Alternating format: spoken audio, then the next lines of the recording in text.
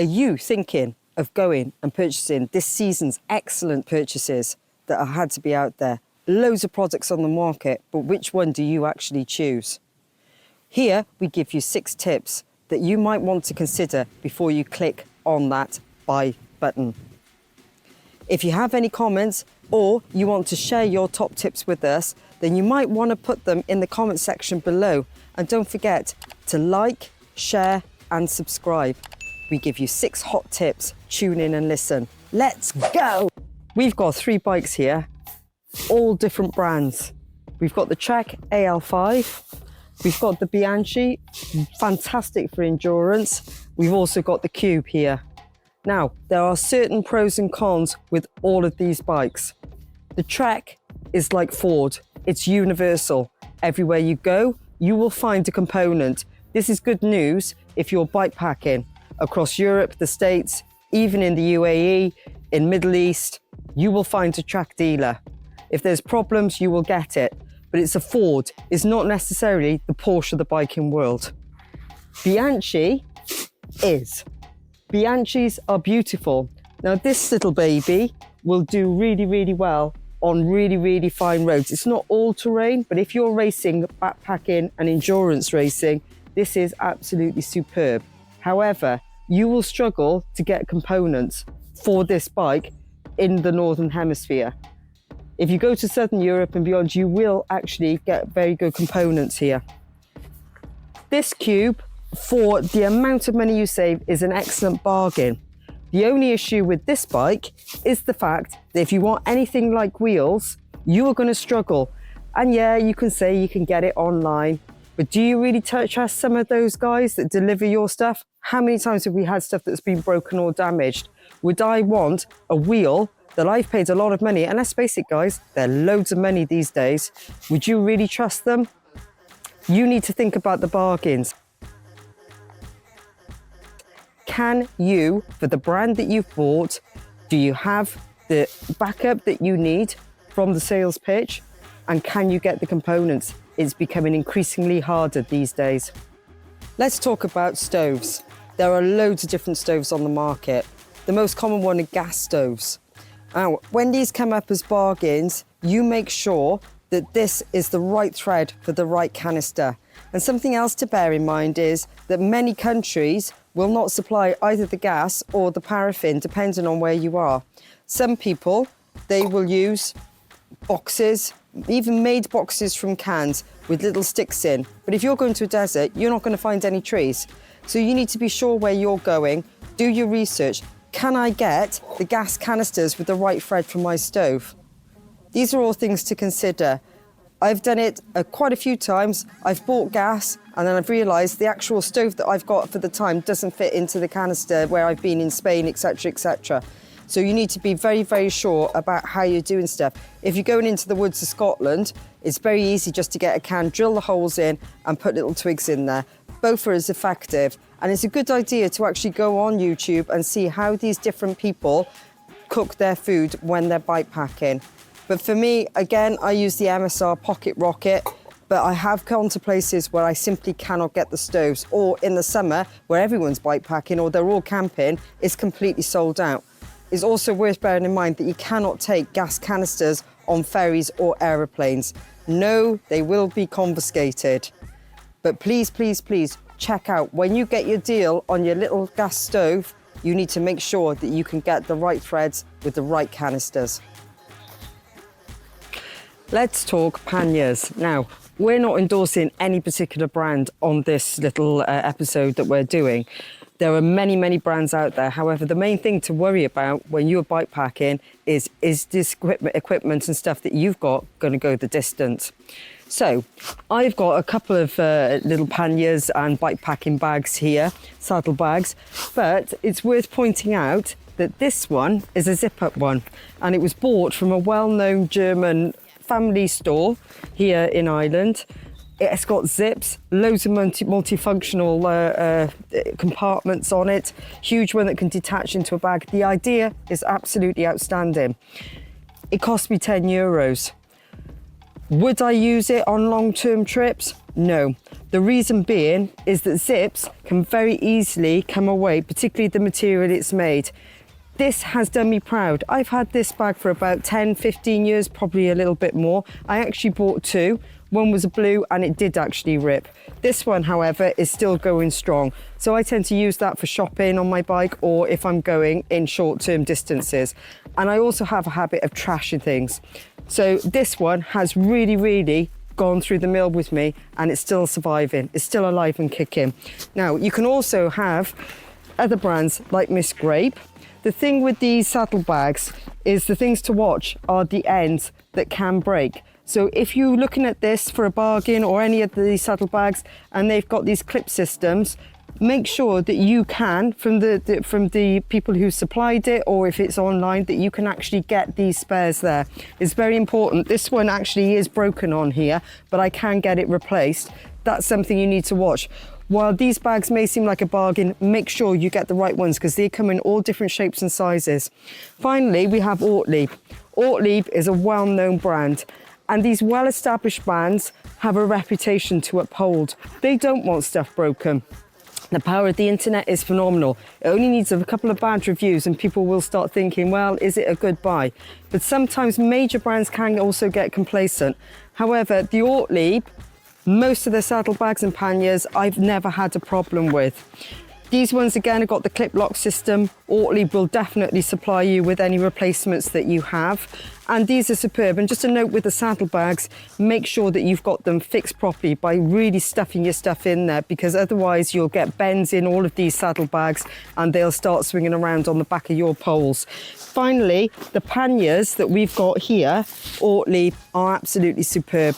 These Ortliebs, they're roll downs. They've also got the clip lock system.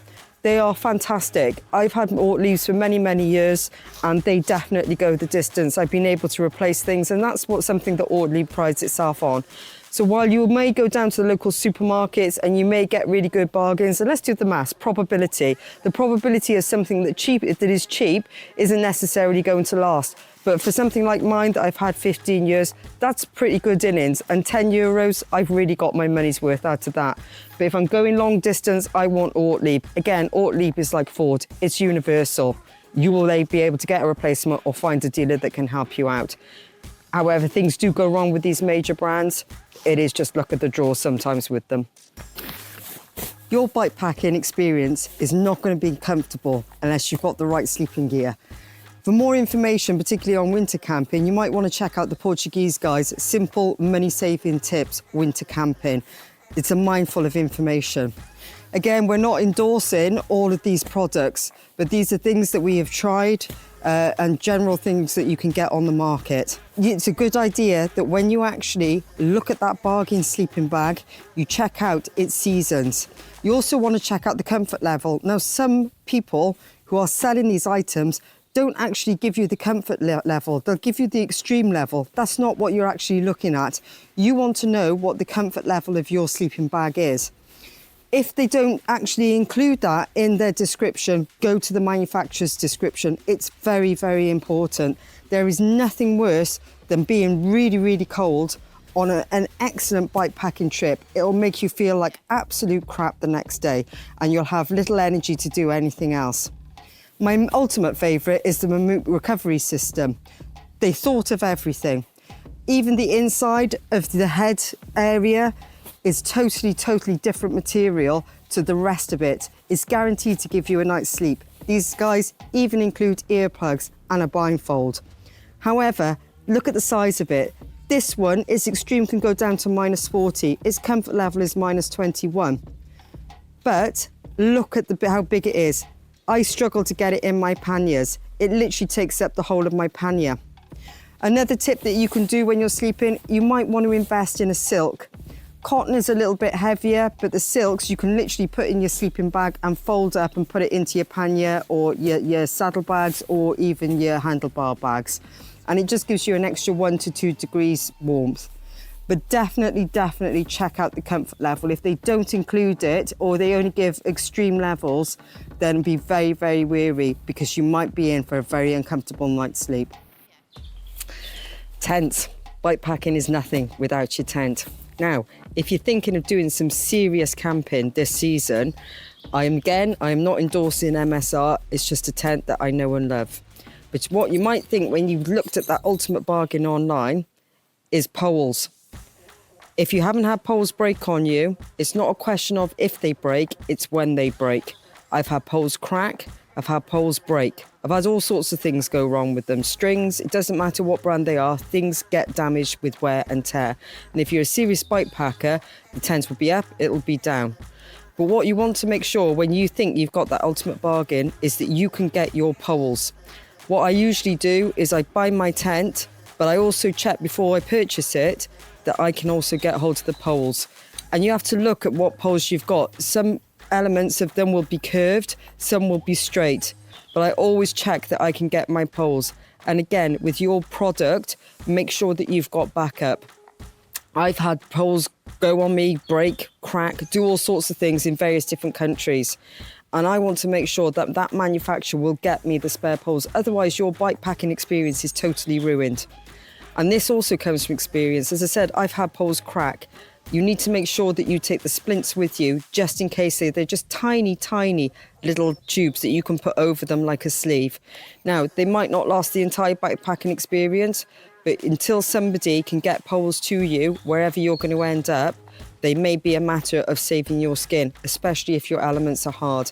You need to look at what you're buying your tent for. Do you want it to go up and down numerous times? Do you want it to be fast and light for races? Do you want it to be 4-season? Are you going somewhere hot? But these are things into consideration. I've had 2 MSR tents now. Even though a lot of people can't afford 2 tents, I personally get that because if something goes on one, I can always rectify it and get pilfer from another one. There are other brands on the market you can get, North Face, you can get Hillybergs. Hillybergs are superb. I've done a lot of hiking in my time, love Hillybergs. But you have to sit down and do your research. And a tent from Decathlon may be great for you getting into it, but if you are thinking of going a serious long distance, you need to think about the backup that you're going to have from the product. Let's talk about shoes. Ooh la la. Cut! What? This is not this type of shoes. I'm bringing a bit of sexiness to the Portuguese guy. Let's talk about shoes. Seriously, guys, these shoes can make or break your bike packing experience, particularly when you go into hot climates and your feet swell so much they are bursting out of your footwear and you start to get corns and your plates of your toenails go, and altogether it is so uncomfortable. If I go into hot climates and I'm not racing, I'm going at my own leisure, I generally wear open sandals. It allows my feet to swell and I don't necessarily have a problem. These shoes, I've had these shoes forever and a day. And my main tip for you is if you find a pair of shoes that you really, really like and they are so comfortable, if you can go out and get a second pair, especially if they're utility shoes like hiking boots, cycling shoes, work shoes. If they're really, really comfortable, go out and get a second pair. Manufacturers change all the time. They change their sizing all the time. Where they're manufactured is changing all the time. Whether it's from Bangladesh to China to India to any of these places, they change all the time. So if you do find that ultimate pair of shoes that are doing the job just fine, if you can afford it, go out and get another pair. I hope today I've brought you some great bike packing bargain tips. With over 30 years of experience, I've had my ups and downs with a lot of this equipment. But I hope today you will find the ultimate bargain of the century. Until the next adventure, I want you to like, share and subscribe. Let's go! It's snowing again.